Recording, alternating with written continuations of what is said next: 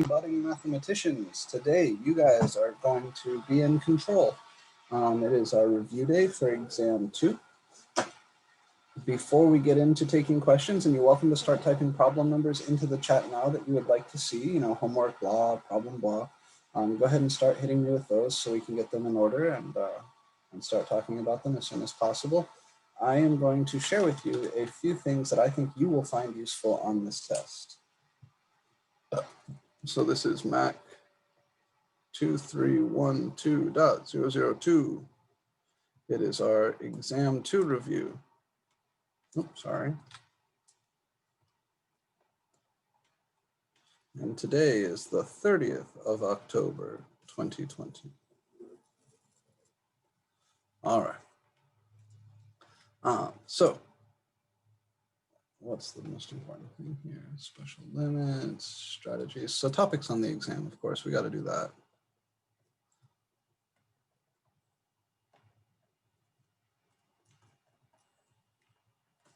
The sections are 7.8, 11.1, 11.2, 11.3, 11.4, 11.5, 11.6, and 11.7, although 11.7 doesn't have anything new. 7.8 was on improper integrals.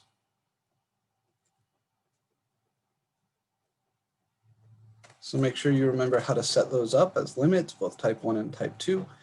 Make sure you remember what it means for an improper integral to converge, and remember the corresponding theorems. There was a comparison theorem on improper integrals, very similar to the direct comparison test.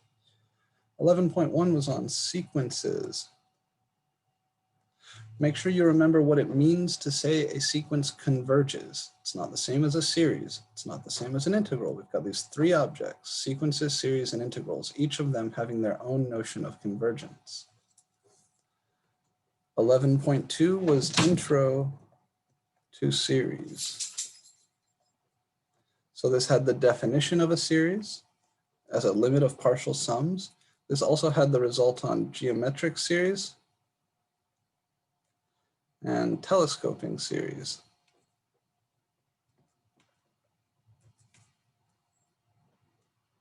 So make sure you remember those things. 11.3 was on the integral test. 11.4 was the comparison tests, the direct and limit comparison tests.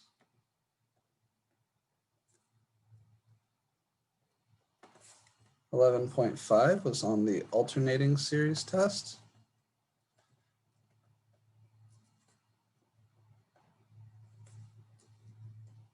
And estimation theorem.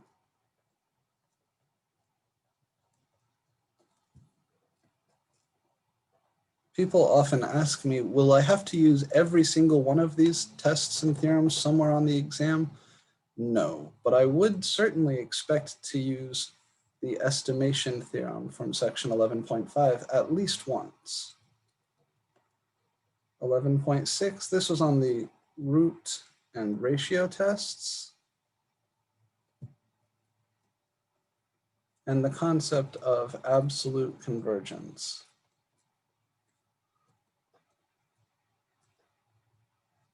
11.7 doesn't have anything new, but it does talk about strategies.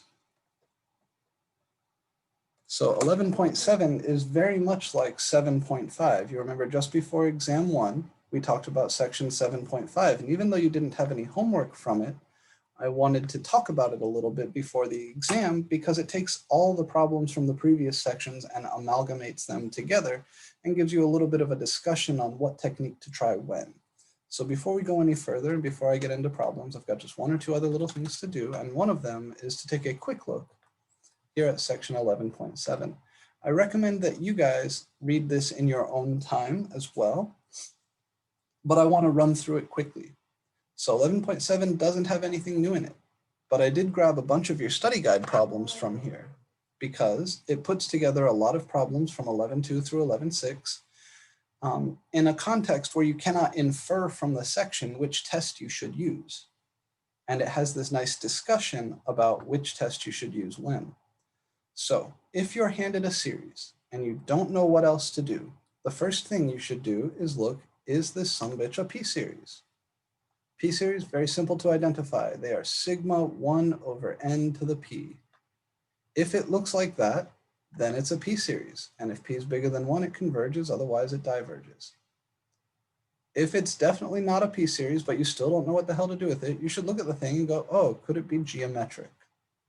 Geometric series, remember, are sigma, one constant times some other constant to the n, or maybe to the n minus 1. If you can rewrite it in this form, sigma, one constant times another constant to the n, then it's geometric. And we know what happens with those. We know they converge only when the absolute value of r is less than 1, diverging otherwise. Moreover, we know the sum of a geometric series, right? It's the starting term over 1 minus the common ratio. I'm going to insert something here, and you may want to take notes on this. So first, is it a p-series? If yes, awesome, we know what to do. If no, move on. Second, is it a geometric series? If yes, awesome, we know what to do. If no, move on. This is where I would also say you should ask yourself, could the thing be telescoping? Is it possible that this is a telescoping series? That means, does it look like something you would do partial fractions on? Or is it something maybe that through rules of logarithms, you could split into two pieces that would subtract from each other nicely? So you should ask yourself, after checking for a p-series or geometric series, could this thing be telescoping? If the answer to all of those questions is no, then you should look, does this thing appear similar to a p-series or maybe a geometric series? Do you see an obvious comparison? Is this, it would be a p-series if not for this little piece, or it would be geometric if not for that little piece. If so, you should try to compare to whatever that p-series or geometric series is that the thing is similar to. Whether you're going to use a direct comparison or a limit comparison depends on the particulars of the series. If you try to build the inequality for a direct comparison, but it doesn't point the right way, that's a strong hint that you should use a limit comparison. So if it has similarity to one of these basic types of series, either p-series or geometric series, then you should try to compare.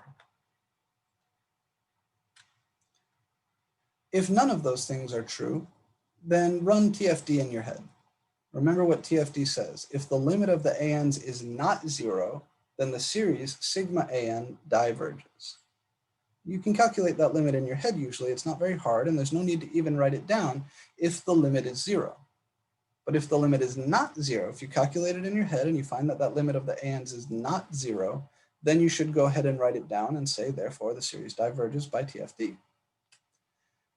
If the thing is not p-series, not geometric, you can't find a comparison and it gets past test for divergence, maybe it's an alternating series.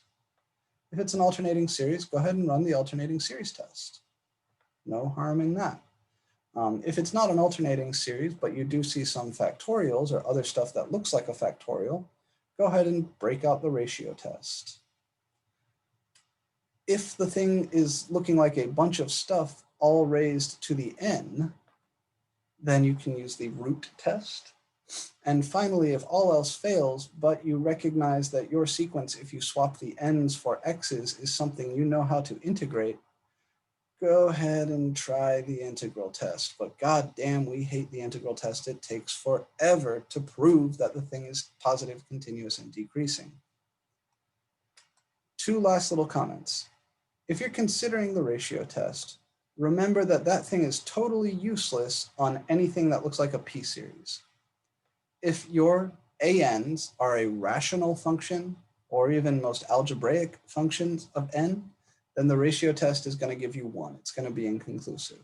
So like n plus 5 over n to the 7, do not use the ratio test on that. Ratio test should really only be broken out if you've got some stuff to the n in there, or if you've got some factorials in there. And then back here in item 3, when you're talking about comparison tests, remember that comparison tests only work to series which have positive terms.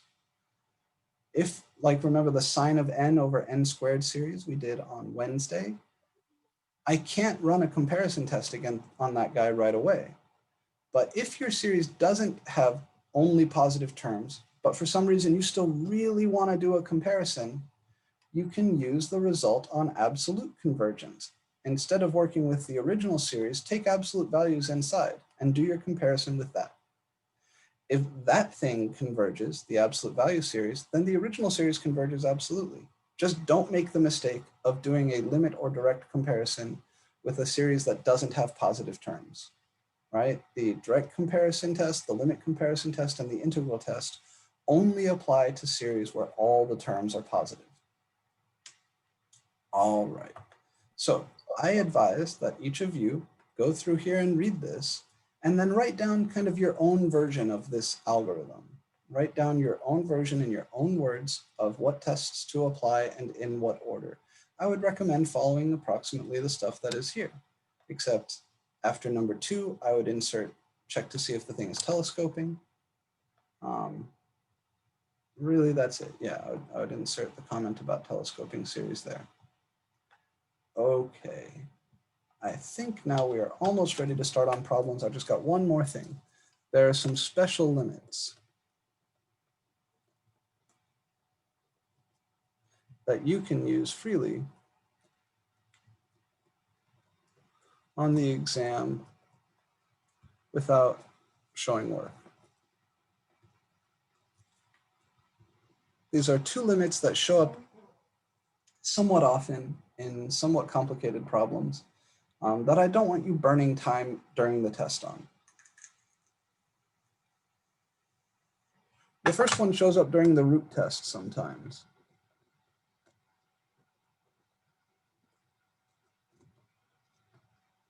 The nth root of n, like the square root of 2, the cube root of 3, the fourth root of 4. If you take the limit as n goes to infinity of the nth root of n, that's the same as the limit as n goes to infinity of n raised to the 1 over n power. So the base here, n, is going to infinity, but the power is going to 0. Infinity to the 0 is an indeterminate form.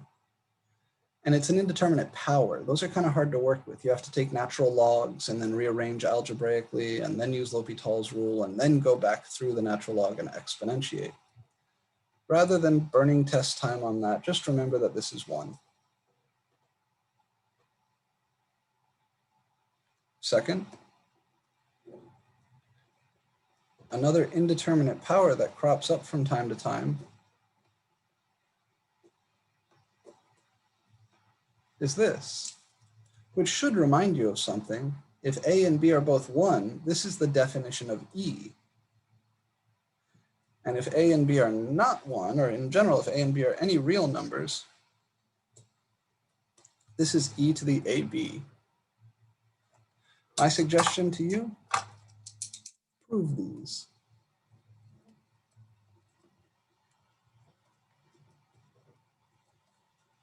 As exercises. You remember before exam 1, I gave you a formula involving the arctangent function. I was like, this might save you some time. You probably want to prove this so that you'll remember it on the test. Same shit here. These can save you some time. You probably want to prove these so that they can save you time on the test. That way you'll remember them. You're free to use them. I can't verify that you ever went through and proved them, but you should, because that's the best way to remember them. They're both indeterminate powers. These are both things that you did back in Calc 1, but it's been long enough that you probably don't remember all the details. So I strongly recommend that you take the time to prove both of these as exercises so that they stick well in your brain. And then you're free to use them on exam 1 without showing work. All right, so if you bump into a limit that looks like this, you can just tell me that it's this. If you bump into this limit, you can just tell me that it's 1. All right, now we're ready to get rocking. I see a lot of requests for study guide problems. I don't like doing exactly the study guide problems, but I'll do my best to solve a similar problem for those. And then Ayushi is asking for example 4 in section 11.5. So let me take a look at 11.5 real quick. We can get that out of the way. And then we'll move to the study guide and homework problems. So example 4 here. What are we doing?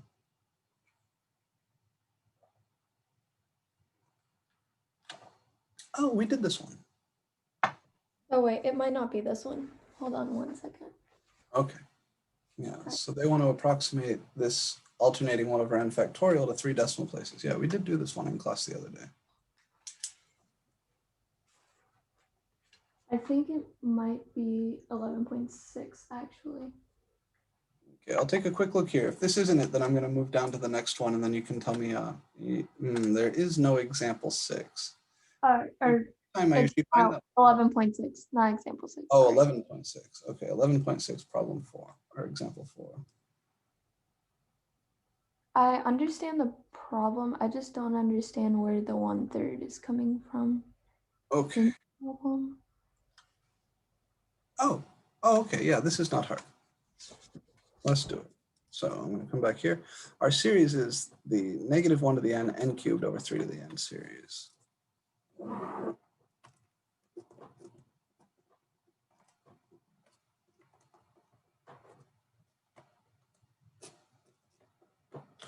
So we want to investigate the convergence of this series. I'm not going to write the words investigate the convergence, but that is our task. And we're told to use the ratio test. So let's use the ratio test. We could try the alternating series test because this is an alternating series. The -1 to the n makes this blink back and forth between positive and negative. But the ratio test will be faster. I always recommend writing down the formula here. Lim n to infinity, absolute value of an plus 1 over an, especially on the test, because even if you goof up everything after this, I can give you some credit for remembering how to get started. An here is -1 to the n times n cubed over 3 to the n. So an plus 1 is -1 to the n plus 1, n plus 1 cubed over 3 to the n plus 1.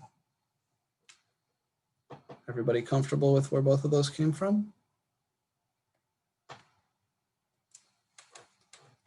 So then my ratio test limit is the limit as n goes to infinity, absolute value of an plus 1, which is this,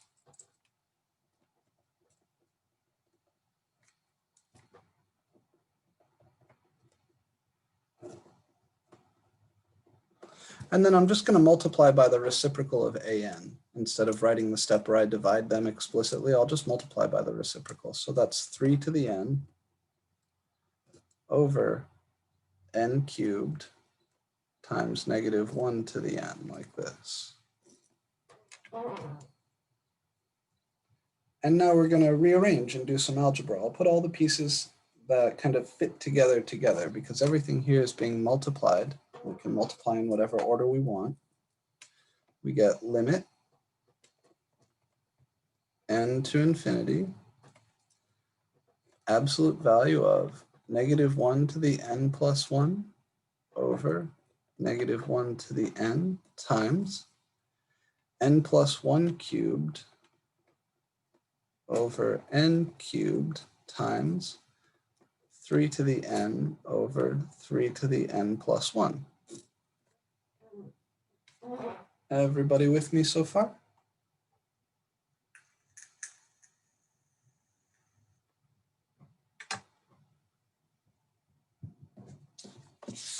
So now it's just a matter of algebra.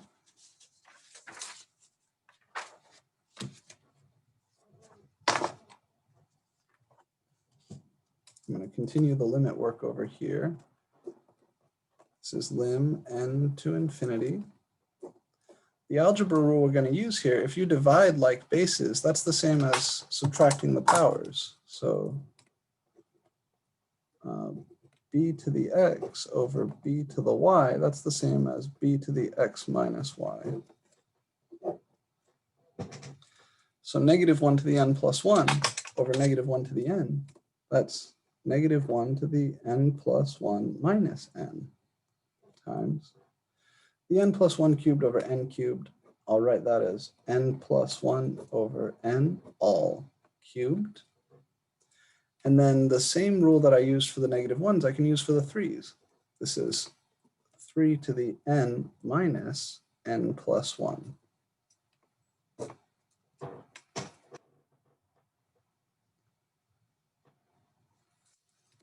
So what do I get?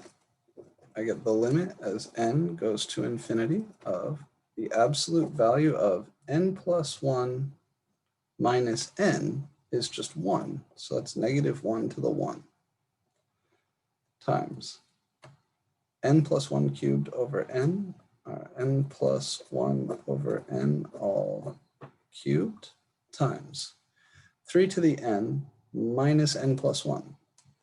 That's 3 to the negative 1. That's where your 1/3 is coming from.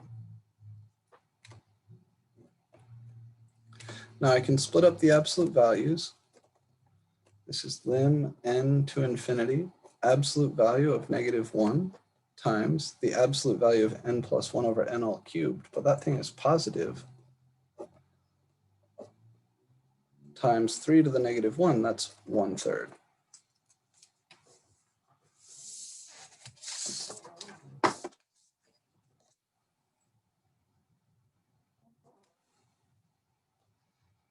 The absolute value of negative 1 is 1.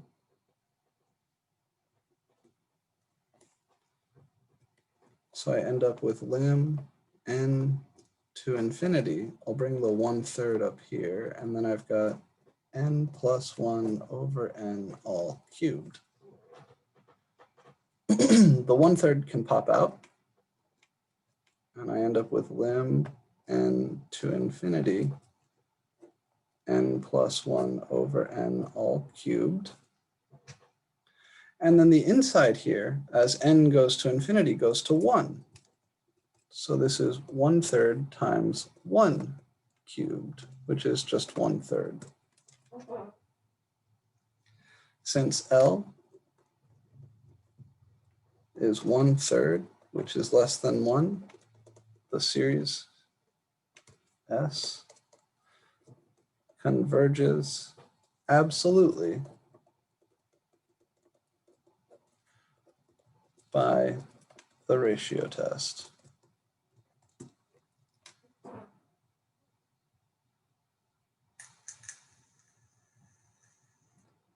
All right, that's the game.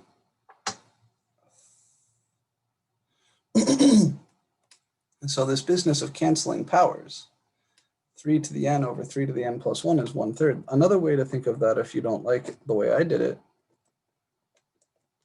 is to think of that as 3 to the n over 3 to the n times 3 to the 1. And then you can cancel the 3 to the n's, and you get your 1/3 this way. Either way is valid.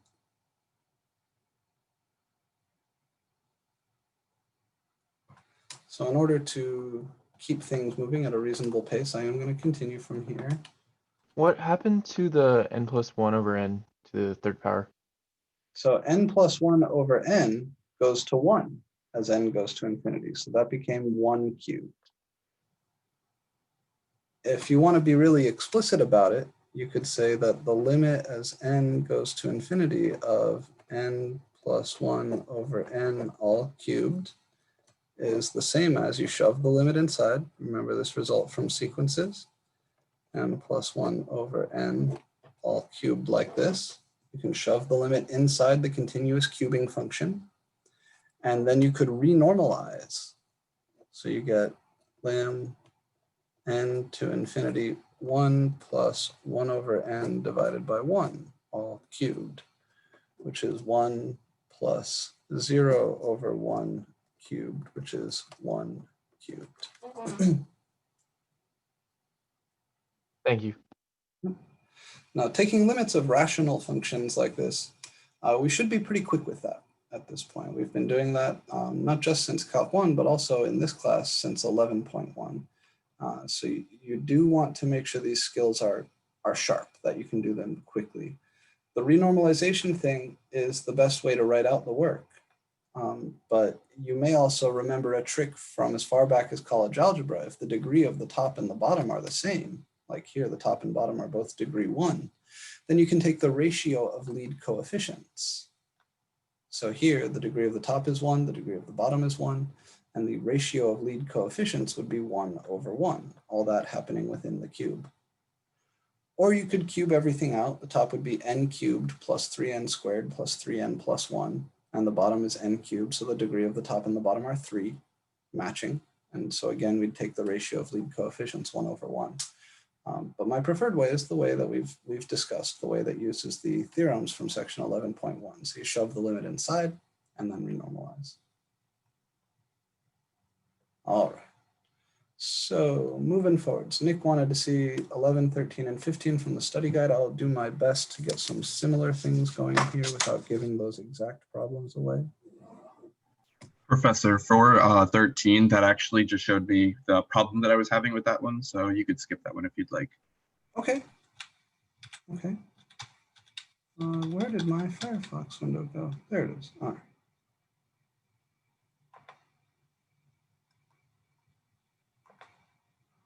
So let's look at number 11.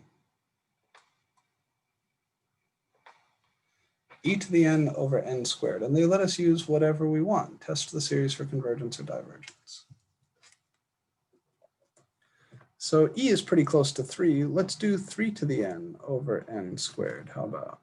And we're summing from 1 to infinity.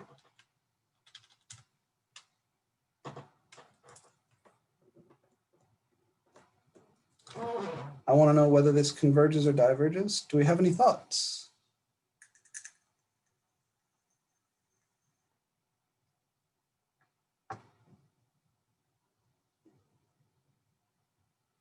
Could it converge? Well, definitely the possibilities are converge and diverge. This one, however, does not converge, and there's a few ways to see it.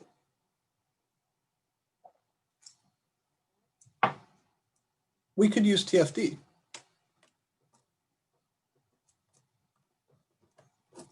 The test for divergence, remember, says if the limit as n goes to infinity of the ANs is not 0, then the series diverges. Well, here the limit as n goes to infinity of the ANs is the limit as n goes to infinity of 3 to the n over n squared.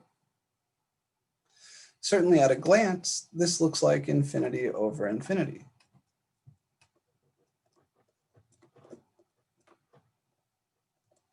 So I can use L'Hopital's rule.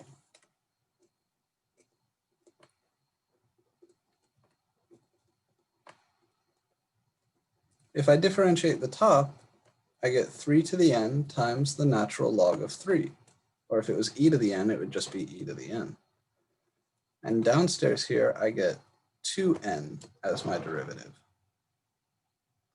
This still looks like infinity over infinity. So I use L'Hopital's rule one more time. And I'll get lim n to infinity. 3 to the n, natural log of 3 is the derivative of 3 to the n. And this natural log of 3 comes along for the ride as a constant multiple. Downstairs, the derivative of 2n is just 2. So now the bottom isn't going to infinity anymore. This is infinity over 2, which is infinity, which is definitely not 0. So the series diverges, S diverges by TFD. The ratio test will also work here. If you crunch out the ratio test limit for this series, it will come out to 3. Or the ratio test limit for the series that is in the study guide will come out to E, both of which are bigger than 1.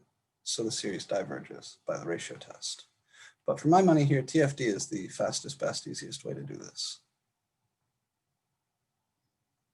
Yeah, of course, the TFD is more than sufficient. Yep, you do need to show this work, where it requires 2 applications of L'Hopital's rule. But the L'Hopital's rule here isn't difficult. So yeah, that would be my approach. We said we're going to skip 13, so let's take a look at 15.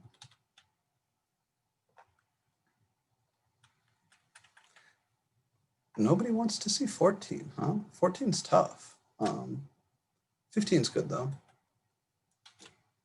15 is a root test problem. So remember, our little strategy says that if you've got a bunch of stuff, non-constant stuff raised to the n, then you may want to try the root test. So here we're summing from 1 to infinity, and you had n over n plus 1 all to the n squared. So let's try, well, let's change it up a little bit. How about n over n plus 2, all raised to the n squared? Here, because I've got a bunch of non-constant stuff being raised to an nth power, my thought is to use the root test.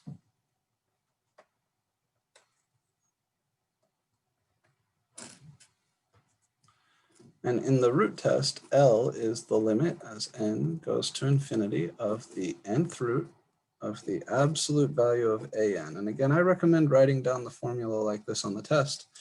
So even if you mess other stuff up, I can give you credit for remembering the rules of the test. Now in this case, L, my limit for the root test, is the limit as n goes to infinity of the nth root of the absolute value of n over n plus 2, all raised to the n squared.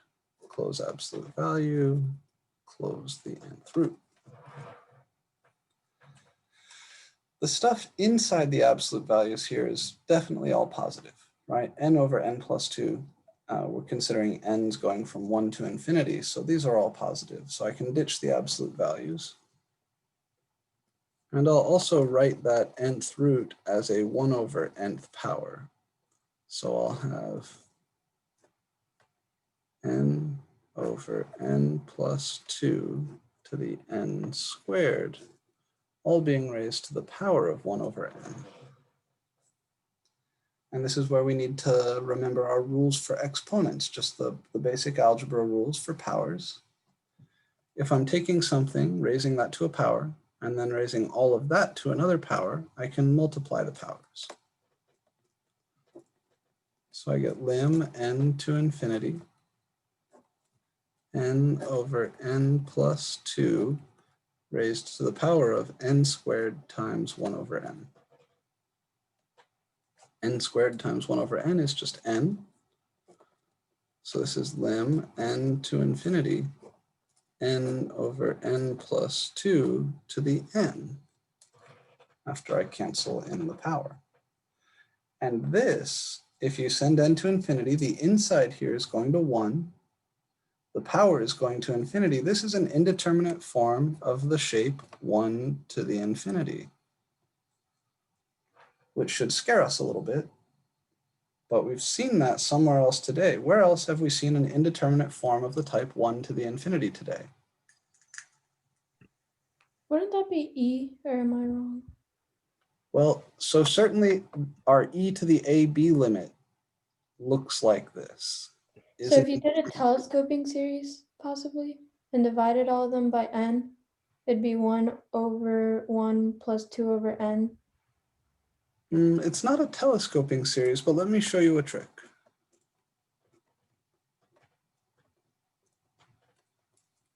N over n plus 2, that's the reciprocal of n plus 2 over n, right? So this works. If you make the power negative, you can flip the n side. Just like 2 to the negative 1 is 1/2. N over n plus 2 to the negative 1 is n plus 2 over n. And now I can do a little bit more algebra massaging. Rewrite this as 1 plus 2 over n to the negative n. Compare this .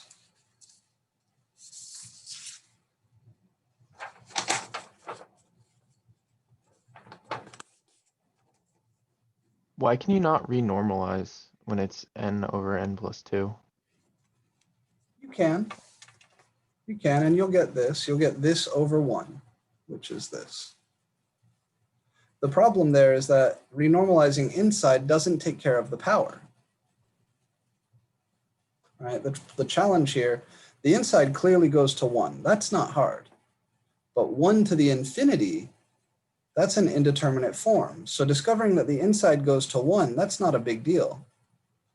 But figuring out what this 1 to the infinity is, that is a big deal. If the power wasn't here, if not for this n, this would be trivial. But because of the power on the outside, I don't know what this is. 1 to the infinity is hard. Figuring out that the inside goes to 1 could be done through renormalization, and that's fine. Compare this to this.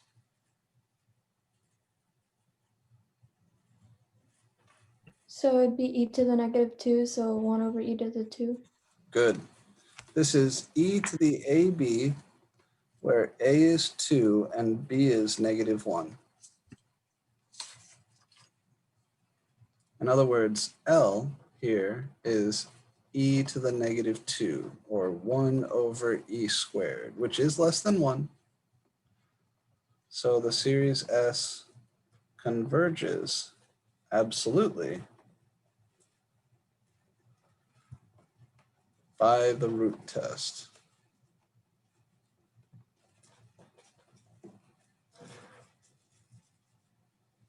I would expect to have to use this e to the ab limit at least once somewhere on the test.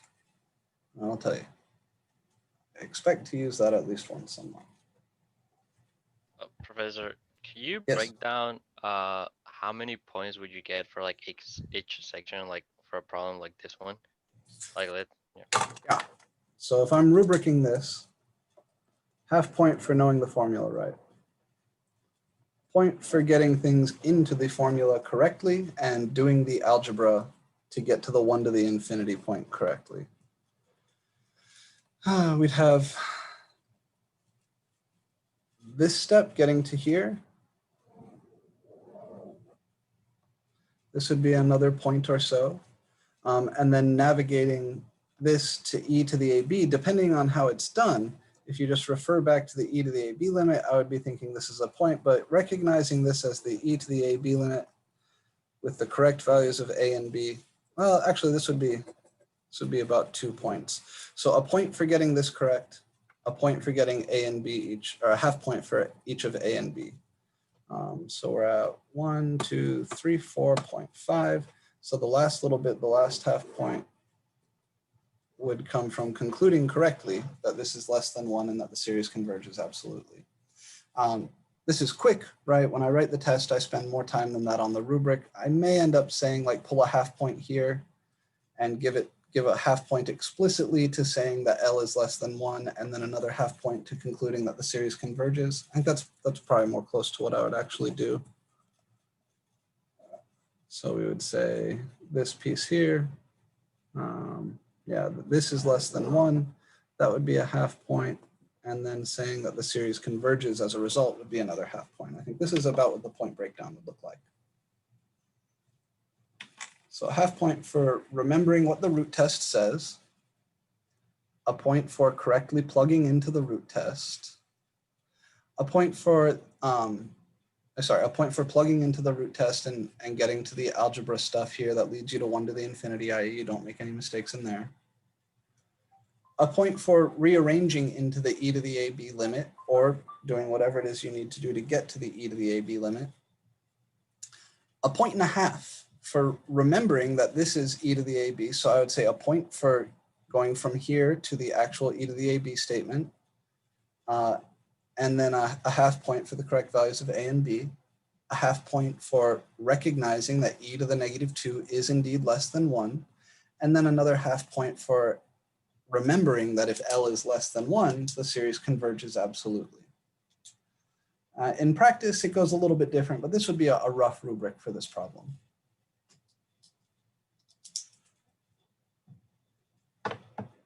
Okay. So moving on. We said we were going to skip over 13, 15. We did Ayesha's problem. We want to look at number 2 on the study guide for Caleb. I think this is a comparison problem, right? Okay. So again, I don't like doing the exact problems from the study guide, so I'm going to alter this a little bit.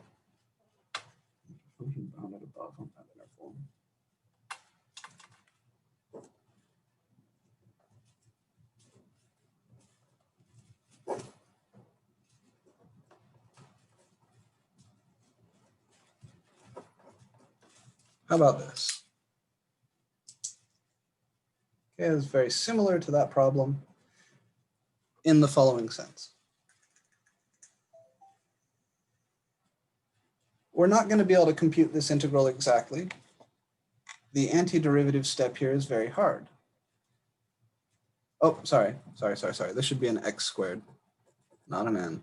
That doesn't make sense. Yeah, x squared. So just like the problem 2 in the study guide, the task here is to use a comparison. Now, also like in problem 2 on the study guide, in the interval 0 to infinity, the numerator here is bounded. So I'd begin by saying for x in the interval 0 to infinity, e to the negative x, certainly it's bigger than 0, but it's also less than 1. All right, to do this, just like to begin on the first problem, you have to remember the graph of arctan. To do this, you have to begin here, you have to remember the graph of e to the negative x. If we're just paying attention to the interval from 0 to infinity, that's this stuff. The tallest the function ever gets there is 1.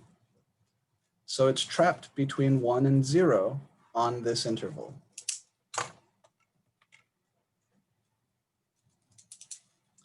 This implies that 0 is less than or equal to e to the negative x over 5 plus x squared is less than or equal to 1 over 5 plus x squared. And we can go even further. 1 over 5 plus x squared is less than 1 over x squared, because the denominator is bigger. So this thing is overall smaller than this thing. Putting this together,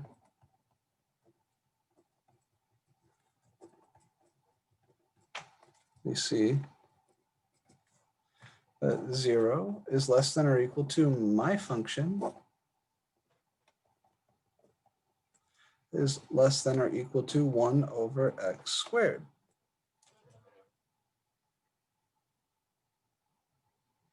I'll call this inequality star. And now observe. Oh shit, let me see. As I've done this, sorry, this is the hazard of coming up with problems on the fly. Let me change the lower bound here to 1. Now observe that the integral 1 to infinity 1 over x squared dx is a convergent p integral.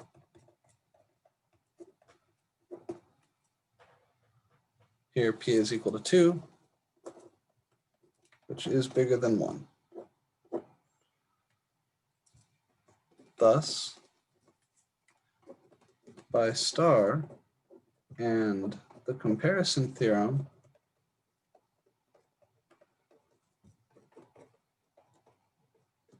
for improper integrals,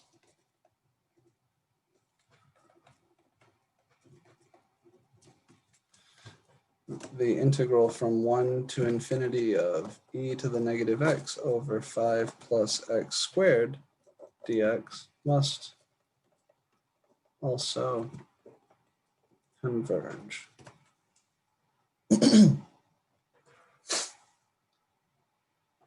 The problem 2 in your study guide is super duper similar to this, in that you're going to start with a bound for the numerator. On the interval that you're working with in that integral, the inverse tangent function is bounded similar to this, not the same as this, but similar to this. Then you can divide through that statement by the denominator of your function to get your guy in the middle is bigger than 0 and smaller than something looking fairly simple.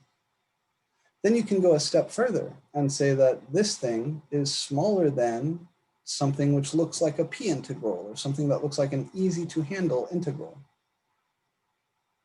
That gives you this very useful inequality. my function is smaller than this very simple to work with function. And what's more, the integral of my very simple to work with function is a convergent p integral. So we don't even need to compute it. You can just say, oh, well, this is a p integral of p equal to 2. Since 2 is bigger than 1, the integral converges. Now, my guy is smaller than this guy whose integral converges, which means that the integral of my guy must also converge. Number 2 in the study guide goes like the exact same way, just with the appropriate bounds for his numerator, arctan, plugged in.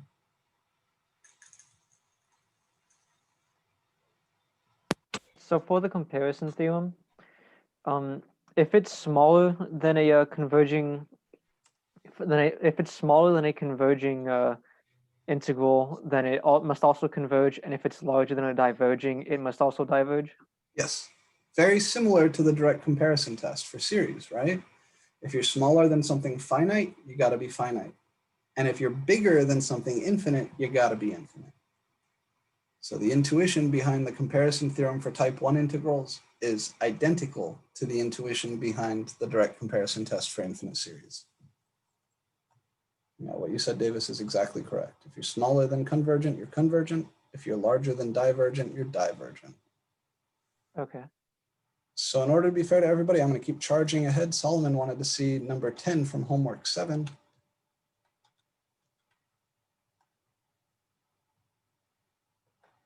That was here.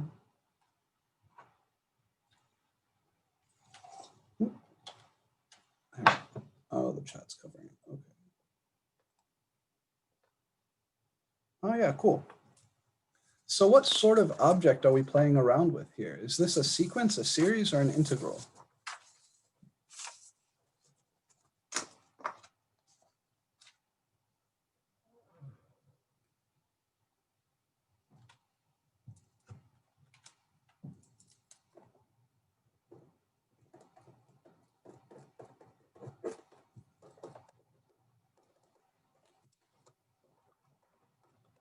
And the problem says it. It asks, does the sequence natural log of whatever, what was it? 6 and 12, natural log of 6n over the natural log of 12n converge or diverge?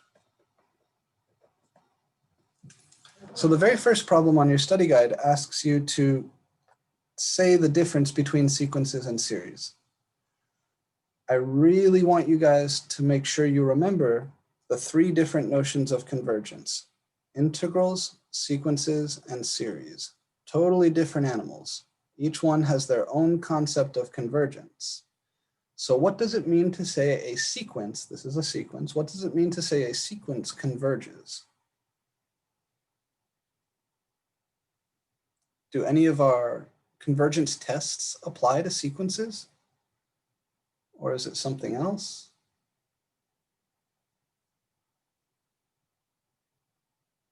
Would it be valid, for example, to use the ratio test here?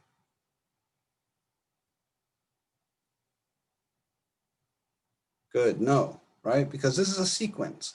All of that 11.2 through 11.6 shit, that's for series. This is a sequence. So what do we do with sequences? You find their limits. Good, it's just about the limit.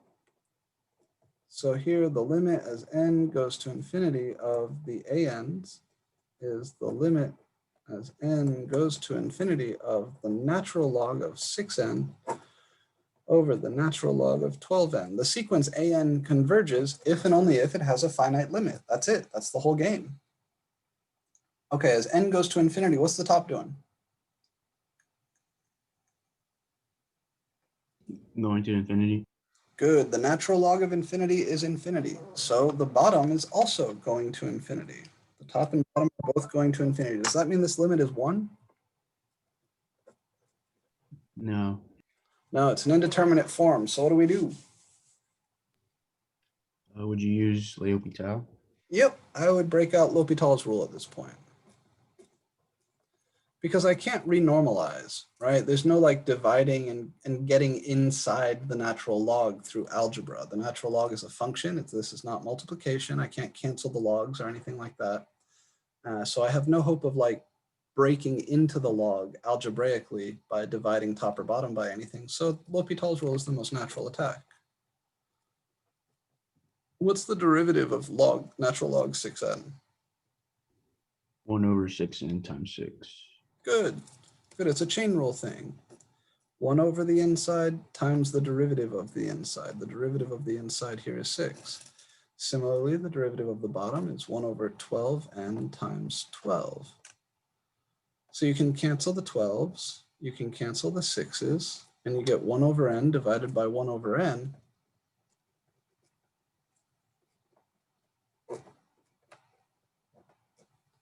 Which is just 1.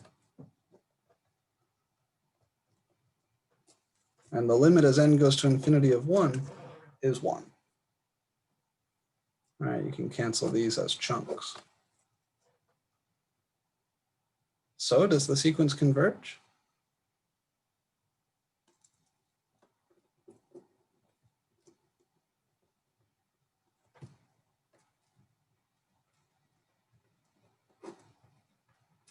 Or does the sequence diverge?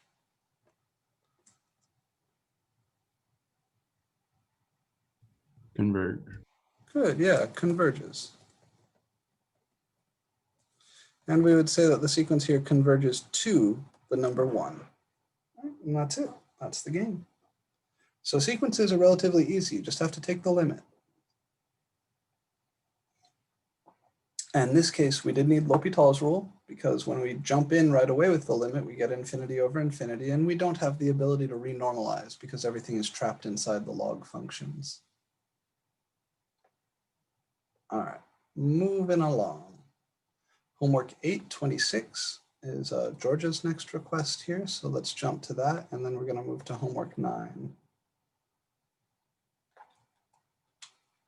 Was this homework 8? This was homework 7, right? No. Homework 8. You guys are done here.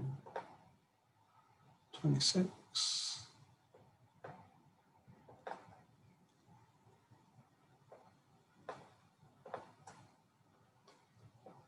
Oh, this is good shit. Okay. This is called the Riemann zeta function. So zeta of 4 is, yeah, number 1. I'll write this down. Homework 8, number 26.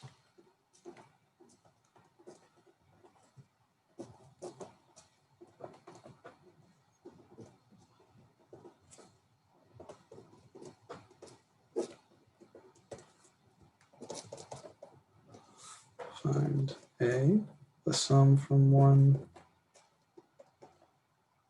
to infinity, 4 over n all to the 4, and B, sum from k equals 5 to infinity, 1 over k minus 2 to the 4. All right. So that squiggly thing at the very start, that's the Greek letter zeta. And the Riemann zeta function is the function 1 over n to the x. That is zeta of x in general. Leonhard Euler was one of the first people to evaluate the Riemann zeta function exactly, and he discovered that zeta of 2 is pi squared over 6, zeta of 4 is pi to the 4 over 90, and in general, the Riemann zeta function evaluated at an even integer is a power of pi divided by or multiplied by some rational number in terms of Bernoulli numbers. So they give us a particular value here. They tell us that zeta of 4, which is the series 1 over n to the 4, summed from 1 to infinity, comes out to pi to the 4 over 90. And they want us to use that to figure out the values of these two series. So I'll start with part A. The sum from 1 to infinity of 4 over n all to the 4 I can give the power to the top and bottom separately. That's just algebra. This is 4 to the 4 over n to the 4. And then remember that the algebra rules for series are the same as the algebra rules for integrals. Constants pop out, you can split up over addition. So the constant 4 to the 4 can pop out. And I get 4 to the 4 times the sum from 1 to infinity, 1 over n to the 4. And the sum of 1 over n to the 4 done from 1 to infinity, that is zeta of 4. That is pi to the 4 over 90. So here I get the 4 to the 4 times pi to the 4 over 90. 4 cubed is 64, so 4 to the 4 is, I don't know, bigger. I would just leave it like this, honestly. I would say that this is 4 to the 4 times pi to the 4 over 90. If you want to crunch out that number, you're welcome to, but you're not required to. So this is part A. Part B requires thinking a little bit more carefully. The sum from k equals 5 to infinity, 1 over k minus 2 to the 4. Let's write this out. Remember way back in 11.2, I said one of the most important things you can do if you're not sure what's going on with the series is to just write out the first few terms. So if I start writing out the first few terms, when k is equal to 5, I have 1 over 5 minus 2 to the 4.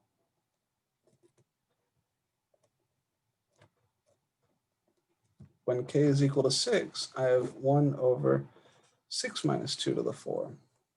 When k is equal to 7, I have 1 over 7 minus 2 to the 4, and so on.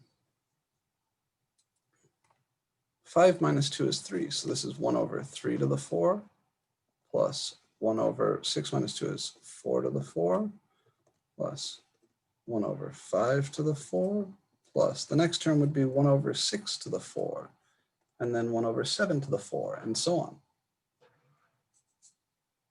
So this is the same as the sum from n equals 3 to infinity, 1 over n to the 4. Put it back into sigma notation.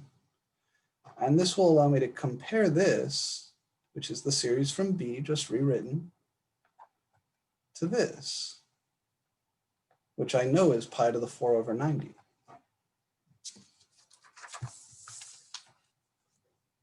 So I want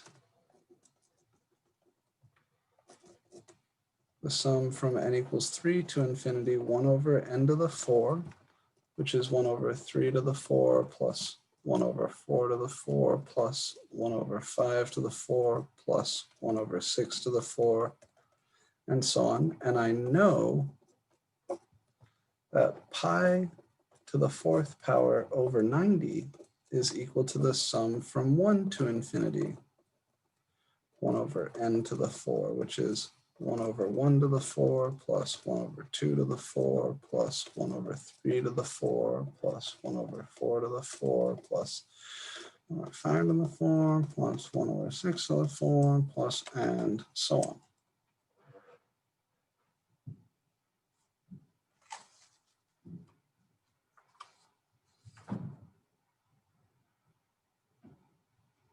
All right, you guys with me so far?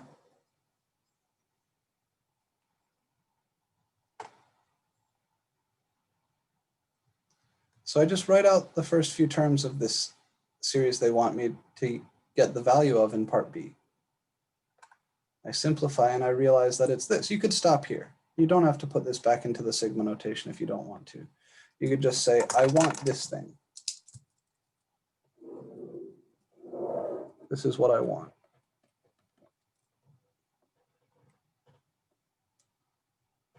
Do you notice that thing showing up anywhere else?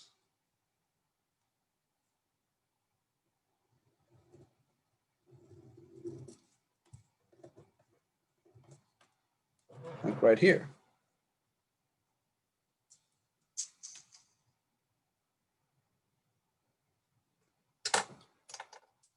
So let's call this thing x.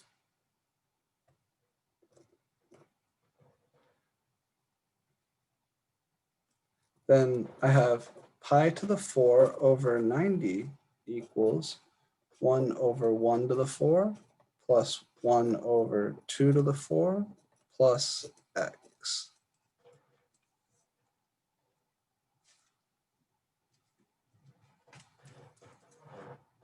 This is easy enough to solve. 1 to the 4 is 1, 2 to the 4 is 16. So I get pi to the 4 over 90 equals 1 plus 1 over 16 plus x.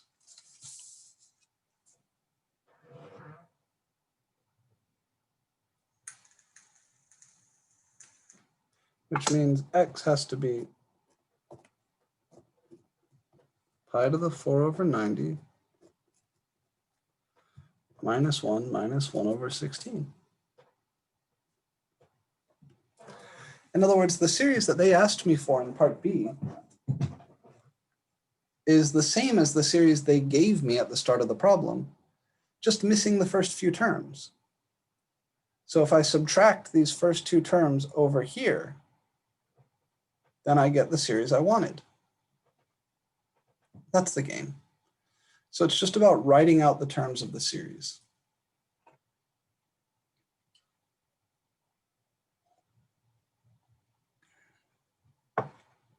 So I think this was an 11.2 problem.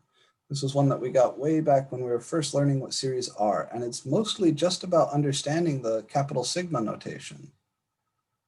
It's about just being able to write out the terms of the series and recognize that the thing you want is hiding inside the thing they gave you.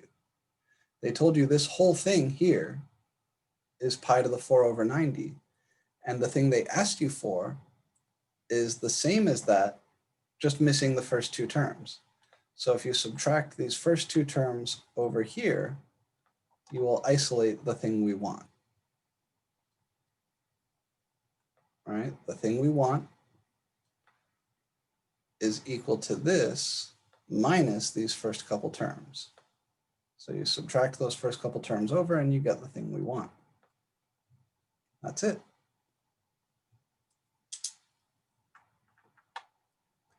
So it may be worthwhile, if you still have your pre-calculus textbooks, to go back and look at the sections where you introduced summation notation for the very first time, just looking at finite sums and comparing them. Or in our textbook, if you go back to section 11.2, there are some other problems like this.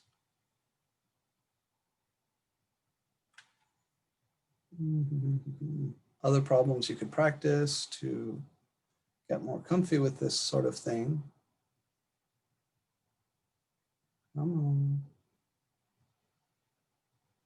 Working with telescoping series would help.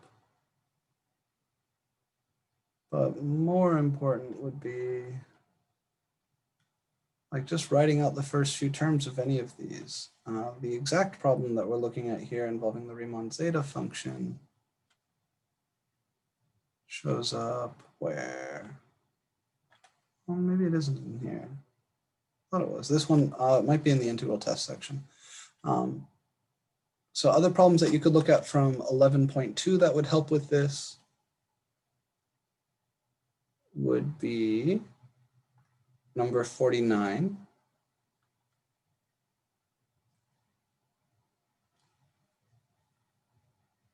Mm-hmm. 75 and 76.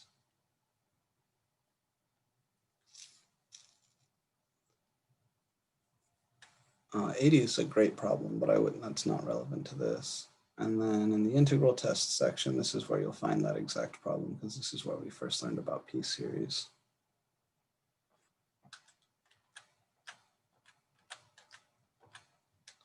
Yeah, here we go. So in the textbook, take a look at number 34. This is literally that same problem. 35 is the exact problem. But if you want practice with these concepts, yeah, look at 34 in the textbook. It's the same sort of thing. Specifically, part B here is very similar to part B here. So if you want more practice with these concepts, I would look in the textbook at number 34. but it's just about writing out the terms of the sum. All right, let's see what else we have here. We've got a few minutes left. So that was 8, number 26. We're gonna look at number 9, problems 8 and 22. Homework 9, problems 8 and 22. Yeah, of course, you're welcome. All right, so we want to determine whether this guy converges or diverges, and then we want to approximate the series with a specified error. This is going to take just a minute, so we might not get to the problem after it, but we'll do our best. So the series here, S is sigma n from 1 to infinity, -1 to the n plus 1 over 4n to the 6. So investigate convergence.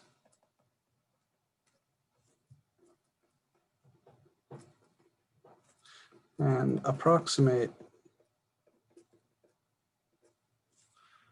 with error less than 0.00005.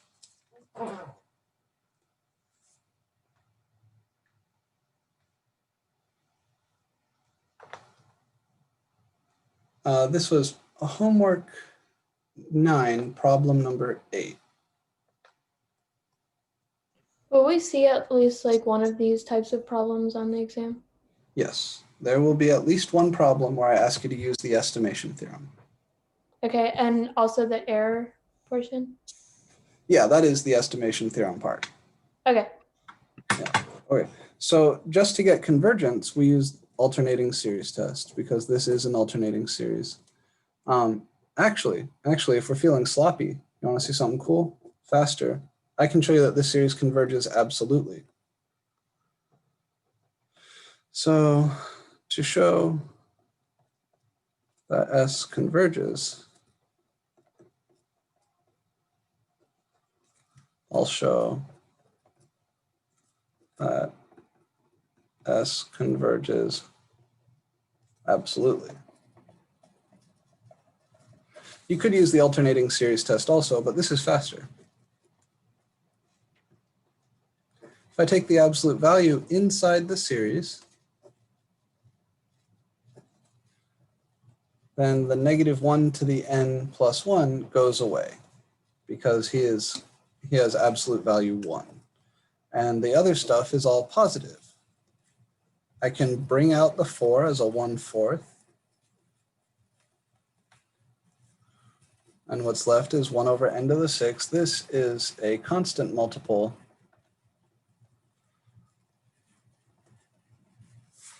of a p-series with p equal to 6, which is definitely bigger than 1. So the series converges. And hence, S converges absolutely.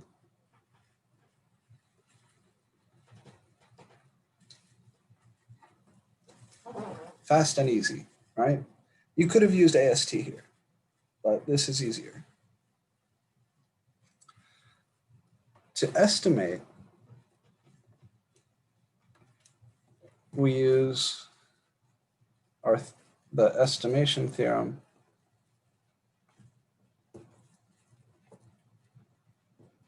on alternating series.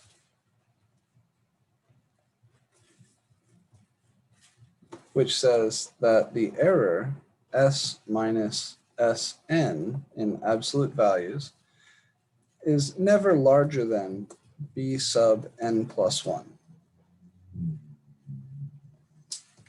So we need to solve Bn plus 1 is less than 0.00005, or whatever the specified error is. Now in this case, Bn plus 1 is 1 over 4 times capital N plus 1. because Bn is 1 over 4 times n, 4n plus 1 to the 6. Sorry, I left off the power. Because Bn is 1 over 4n to the 6.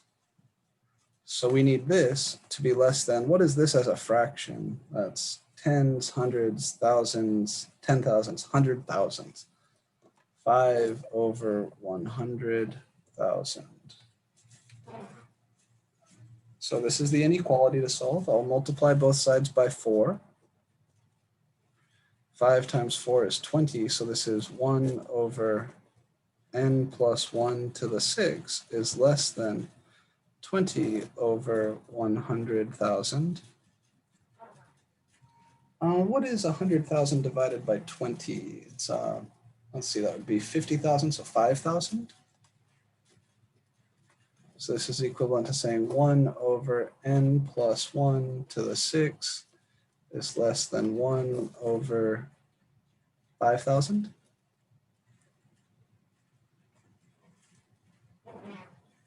So when is n plus 1 to the 6 first going to be less than, or greater than, sorry, 5,000? So I take reciprocals on both sides.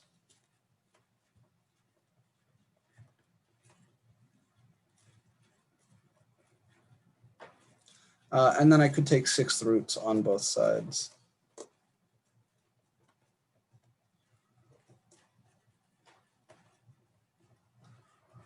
I don't know what the 6th root of 5,000 is off the top of my head. We could do the guess and check thing, but I'm going to ask Desmos because we are short on time.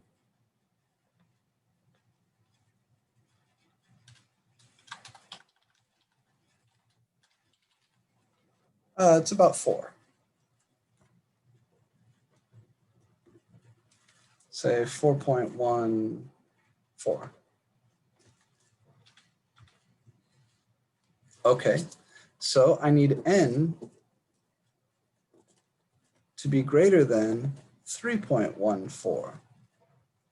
In other words, we're talking about whole numbers here, so n equals 4 is the smallest capital N, which works. And I think that's all they wanted, right? Was the value of cap N, unless they want the actual sum. Yeah, no, so we just need to use the first 4 terms. First 4 terms will do the job. Professor, quick question. So can we use that trick that you used, the absolute value on the inside? Could we use that to solve other ones too? Or is this just like a trick? Okay. Nah, it works all the time.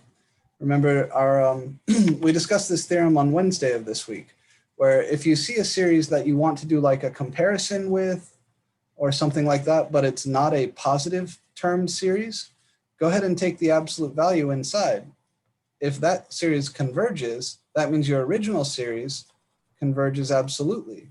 And if your series converges absolutely, then it converges in the traditional sense. So if taking absolute values inside makes things easier, by all means do it. The catch is that there are series which converge, but don't converge when you take the absolute value inside. So I'll tell you what I thought here. I see the n to the 6 downstairs. I know if it was just 1 over n to the 6, that's a convergent P series. So I ask, can I throw away the alternatingness? If I take absolute values, will I get a convergent series? Well, yeah, because you can see right away, if you take absolute value inside, this piece just becomes a 1. The 4 downstairs can always pop out because constant multiples pop out. So it's very easy to see that if you take absolute values inside, you get this guy, which is a convergent P series. So if taking the absolute value inside your series gives you a convergent series, by all means, do it. It'll save you time. And you can do it whenever you want. The example we used that trick on Wednesday's class was the sine of n over n squared series. Because the sine of n is not positive, it's not even alternating. So we took absolute values and then did a DCT. Here, I can take absolute values and then acknowledge this thing as a P series. But if taking absolute values inside makes the series easier to work with, by all means do it. All right, so we are out of time for today. I think there were a couple of problems maybe that we did not get to, and I apologize for that. I need to give you guys some comments about office hours and stuff that's going on this week. My wife has an ultrasound this afternoon, and then I have an interview with the AMATIC for a competition position there as the SML coordinator. So this afternoon, I'll be going to the doctor with my wife during the time that we would normally have our office hour. And then after that, I have this, this interview with the American Mathematical Association. So today's office hour is going to be later than normal. I'm expecting the interview to be done probably by 4:15, 4:30, somewhere around there. So as soon as I finish with that, I will post an announcement saying that the office hour will be at such and such time. And I'll try not to do the office hour like right after. So I'll know what time the interview is over only when it ends, which will be sometime between 3 and 4 or 3 and 4:15, somewhere around there. I'll post an announcement saying today's office hour is rescheduled to blank, where blank will be like 15, 20 minutes from whenever I learn that I'm free. And then if you want to meet with me additionally before the exam, I'm going to try to do one office hour over the weekend. So today's office hour is going to be later than normal. And then over the weekend, I'm going to try to schedule at least one office hour. If you want to meet with me over the weekend, you can send me an email or Canvas message. Try to send me like 2 or 3 times that you could meet, because I've got a lot of tests next week, not just your class, but 2 other classes I'm teaching have a test next week. So I'm expecting a lot of requests, and I want to try to consolidate them all into one office hour if I can. So if you'd like to meet and you are not able to come to this afternoon's office hour, which will be later than normal, then please send me an email letting me know when you would like to meet over the weekend, and I'll do my best to accommodate everybody. All right, that is it, guys. So practice hard on these homework and study guide problems. If you're uncertain about anything, please don't hesitate to contact me for help. Even if you can't come to the office hour, remember, you can send me photos of your work. As soon as you finish the study guide, or if you get stuck on a study guide problem, go ahead and submit it or submit part of it. And I will get you some feedback as quickly as I possibly can. That way, you'll be able to see how I grade these sort of problems as though they were exam problems. Make sure you're bouncing ideas off of me and each other. Get involved in the GroupMe or Discord or whatever it is that, that you guys are playing with. Share your solutions with each other, not for the purposes of cheating, of course, but for the purpose of having an argument. Is this a good solution or not? Many of these problems have more than one correct solution. And the most important thing is that you're paying attention to the words you're writing, because this is all about logic. Because these things are hard to attack directly, we almost always need to use one of these theorems. Remember, the problems where you don't need to use the theorems are geometric and telescoping series. Make sure you practice with those. Specifically, practice with telescoping series. People forget that shit. That is it from me. So I hope you guys have a lovely rest of your day, lovely weekend. If you're able to meet with me anytime between now and the test, I would be happy to do that. Otherwise, the next time I will actually be seeing y'all is next Wednesday. So remember, the test is Monday. If you want help prepping, try to set up a meeting with me over the weekend or send me photos of your work, talk to each other, and then be ready for the test during class time next Wednesday. The procedures and rules are the same as for exam 1. I say Wednesday, next Monday, test next Monday, right? 11/2. What does the n is greater than 3.14 mean? Down there.